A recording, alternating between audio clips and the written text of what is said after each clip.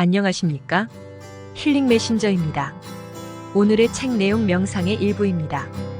많은 수행법이 당신의 영적 여행을 도와줄 수 있다. 수행에 가는 동안 당신의 목표는 장애물을 저장해 놓기를 그치는 것임을 언제나 명심하라. 놓아보내기 과정에 주말 안거 수행이 도움이 된다면 그렇게 하라. 어떤 심리요법이 가슴을 열어서 놓아보낼 수 있게 해준다면 그렇게 하라. 명상은 오랜 세월 동안 높이 인정받아 온 영적 성장의 기술이다. 명상을 하기 위해서는 마음과 감정과의 해묵은 관계를 놓아보내야 한다. 다양한 형태의 명상법이 있지만 그중 가장 근본적인 것은 생각 속에 빠져드는 당신의 중독증을 놓아보내는 것이다. 호흡에 집중하고 숨을 헤아리고 만트라를 외고 에너지를 느껴라. 달리 말해서 마음속에서 올라오는 생각을 제외한 무엇에든 의식을 집중하라. 명상 수행을 하다 보면 일상생활 속에서도 놓아보내는 능력이 크게 향상된 것을 발견하게 될 것이다. 명상 방석에 앉아 힘 빼고 풀어놓는 것이 일상생활 속에서 힘 빼고 풀어놓는 것과 동일한 과정이 된다. 그리하여 마침내는 자신이 하루 종일 더 투명한 마음으로 머물러 있으면서 안과 밖에서 일어나고 있는 일들을 늘 알아차리고 있게 되었음을 발견할 것이다. 이 명료한 현존감이야말로 명상의 선물 중 하나다. 많은 명상법이 있다. 아는 명상법이 없다면 다음에 단순한 명상법을 시도해 볼 수 있다. 하루에 2번씩 잠시 앉아있기로 결심하라. 날마다 같은 시간에 하는 것이 좋다. 이것은 다른 어떤 일보다도 이내면의 작업에 더 큰 중점을 두는 자기 규율을 요구한다. 오늘날의 많은 스승들이 아침과 저녁에 15분간 앉아서 명상하는 것을 초보자에게 좋은 방법이라고 말한다. 이것만으로도 큰 이익이 있을 것이다. 고요한 장소에 앉아 있을 시간만 따로 마련해 두라. 그 시간 동안 무엇을 해야 할까? 하지 말아야 할 것은 영적인 체험을 기대하는 것이다. 그것을 기대하다가는 결국 실망하면서 명상을 그만둬 버리게 될 테니까. 당신은 피아노의 음계 연습을 하기 위해 피아노 의자에 앉는 것과 동일한 목적으로 명상 방석에 앉는다. 배우기 위해서 말이다. 잠시 앉아서 피아노 연습을 하고 일어날 때는 베토벤의 곡을 연주할 수 있게 되기를 기대한다면 당신은 금방 피아노를 그만둬 버릴 것이다. 명상도 마찬가지다.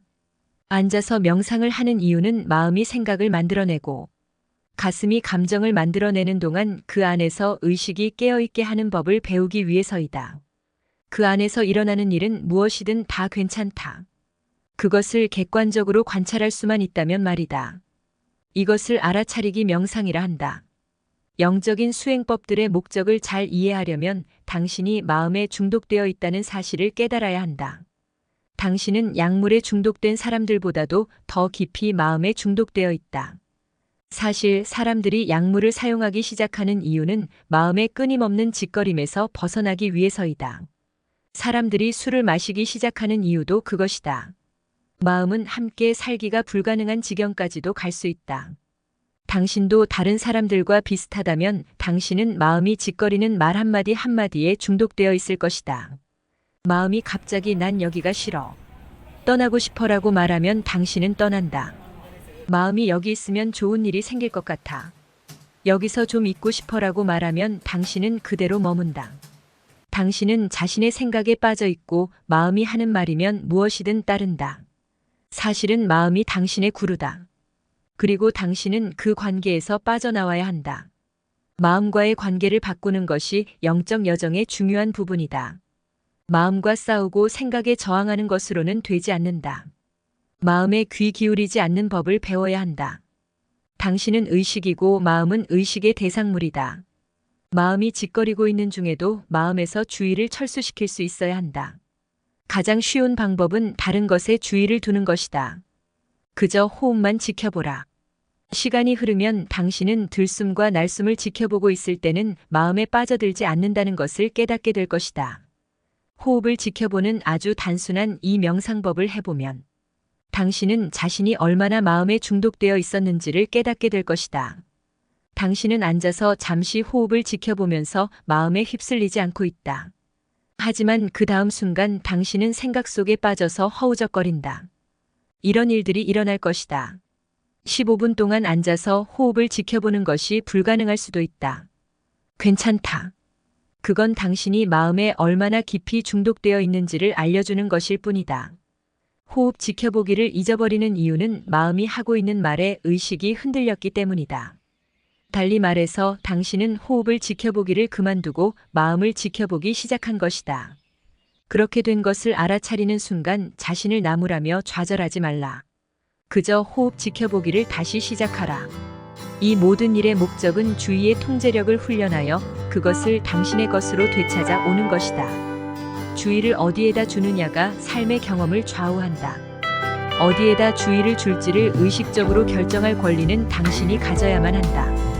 마음으로부터 주의를 돌리는 법을 터득하기 전까지 당신에게는 아무런 선택권도 없다. 마음이 무슨 말을 짓거리든 당신은 거기에 주의를 바친다. 어떤 사람들은 명상하는 동안 염주를 굴린다. 또 어떤 사람들은 만트라를 웬다.